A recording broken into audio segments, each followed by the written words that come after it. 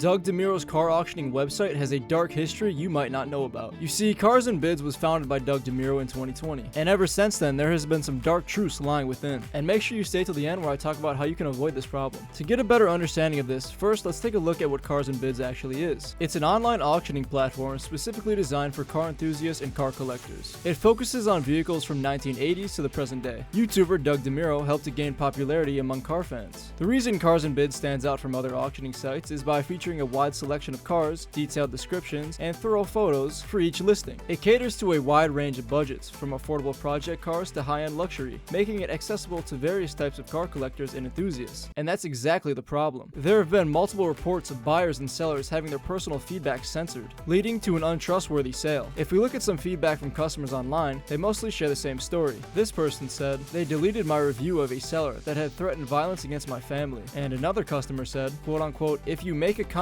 about that, they censor you, but they allow other comments like how great the car is," end quote. And it's not just these. There are over hundreds of comments hinting towards the same thing. But it gets even shadier than this. Many cars are put up for auction on the site with no reserve. To give an example, if a guy's car is worth $20,000, then he will set his reserve for the same price as the car, so $20,000. So if a car's reserve is set to $10,000 and the highest bid is only $8,000, the sale will be canceled. But when you don't set a reserve, the final price is what the seller has to accept no matter what. Or at least that's how it should go. Look at this car for example. For some backstory, it was listed back in May 2024 as no reserve. The car was a day away from the sale and the highest bid was $3,300, much below the actual car's value. And magically, a couple hours before the time ran out, the bidders were greeted with this message. It stated, "Unfortunately, this car suffered a mechanical failure over the weekend and we have elected to cancel the auction." Pretty convenient timing, but I don't want to doubt it. It could be possible. This is what everybody else had to say. Not even one comment from the seller to tell us what's going on. No pictures, no videos, a no reserve auction within hours to go and bidding was only at $3,300. Wow, not fishy at all. He said, "Who in the world is driving their car hours before the end of the auction?" That's pretty funny. Yeah, there's certainly a pattern of the no reserve auctions with low bids developing a random mechanical failure or a day before the auction closes. And as I talked about censorship earlier in the video, this comment goes, "I'm surprised your comment wasn't taken down, but yes, very fishy. I've noticed other instances on here, not talking about this auction, where there was fishy business. Unfortunately, it will happen occasionally, going unchecked." And for a little bit more proof, one last bidder said same thing happened to him when he was the winning bidder. Quote unquote mechanical failure. If we take a look at this auction, it seems like the same things magically happen to a lot of not other reserve cars. Hopefully this resonates with some of you to how fishy these websites can really be. Now, is there a chance they could have all had mechanical failure? I guess, but 50 plus cars that seem to have the same problem, it just doesn't sit right with me. So let's say you're trying to buy a car off of Cars and Bids. How would you avoid this stuff? Well, let me give you a few tips. First, I would say be wary of details that seem too good to be true, like a lot of the no reserve auctions. I would definitely read user reviews like I did in this video and stated a couple of them. And if possible, inspect the vehicles in person before completing a purchase. I know that's not always possible, especially if you're